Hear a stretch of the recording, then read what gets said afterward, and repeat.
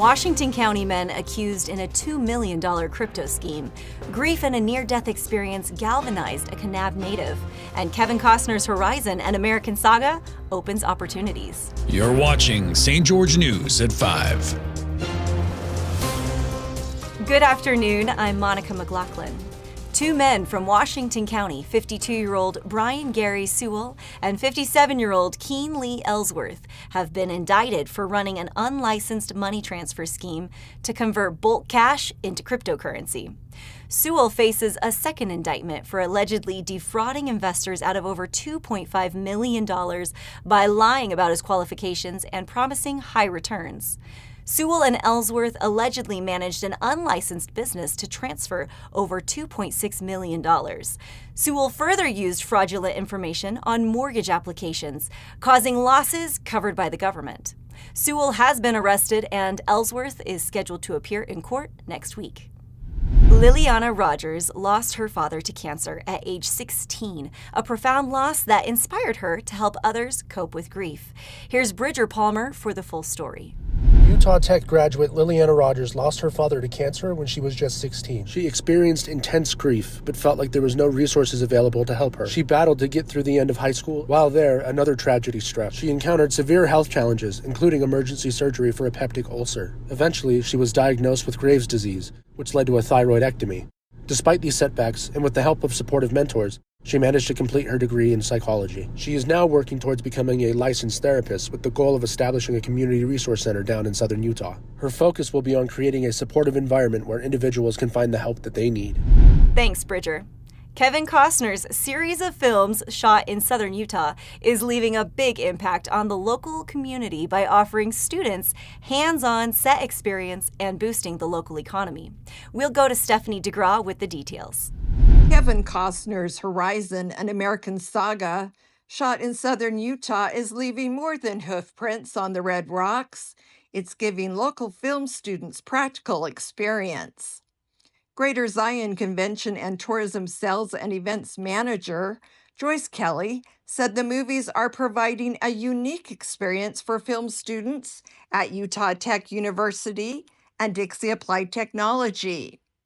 This will help students stay in southern Utah instead of moving away for their careers. Costner is also building a studio in St. George.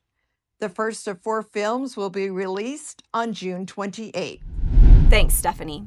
St. George News reporter Alicia Lundgren unearths how Lake Powell's water levels have impacted the ever-changing lake. Here's Alicia with the story. The Colorado River and its tributaries, like the San Juan River, carry large amounts of sediment, which prior to the 1960s was transported to the Grand Canyon and beyond. Since the construction of the Grand Canyon Dam, much of that sediment is trapped by Lake Powell, which has consequently lost nearly 7% of its previous capacity. The Glen Canyon Institute's Jack Staus spoke with St. George News about the reservoir's sediment load at the Escalante River Delta. And this is a relatively small tributary. The main stem Colorado and the San Juan have much bigger sediment loads coming in, but this is a great example of what each one of these tributary canyons looks like and how they are really dynamic and challenging environments. And I think the sediment itself is problematic, as it's really one of these issues that's not being looked at hard enough to understand who's going to manage it in the future and how are we going to adapt to the new water crisis that we kind of found ourselves in. And sediment's one piece of that puzzle. Staus said that sediment is a naturally occurring part of any river system.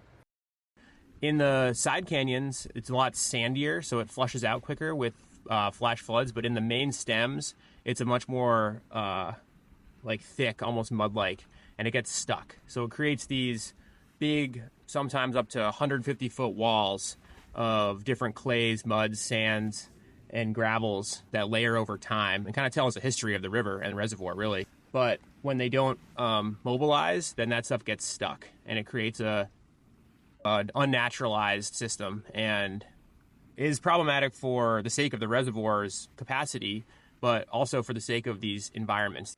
Officials from the U.S. Bureau of Reclamation said sediment buildup at Lake Powell is not an issue, but also said studies implied the reservoir's capacity loss was primarily due to sediment.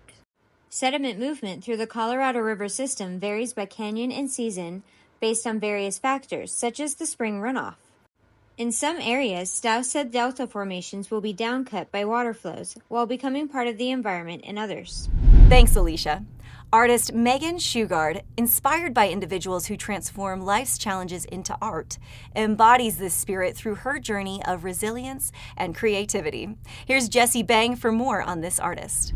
Artist Megan Shugard has always loved the art of creating. However, it wasn't until her children reached school age that she decided to further her art education. This piece, actually, the model is my neighbor.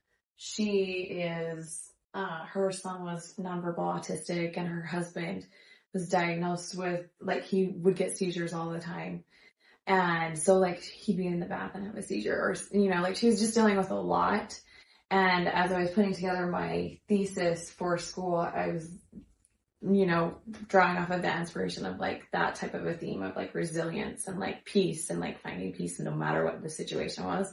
And she is just the perfect example of that. She's just always so bright and happy and kind and just willing to just go out of her way for other people, even though she's just, had her own trials. But getting her art education wasn't easy. When she made the decision to attend the New York Academy of Art, her acceptance letter arrived just as the pandemic swept the nation. She made the difficult decision to leave her family behind and pursue her college career. Thank you for watching St. George News at 5. I'm Monica McLaughlin with St. George News, your #1 source for local news. This has been St. George News at 5.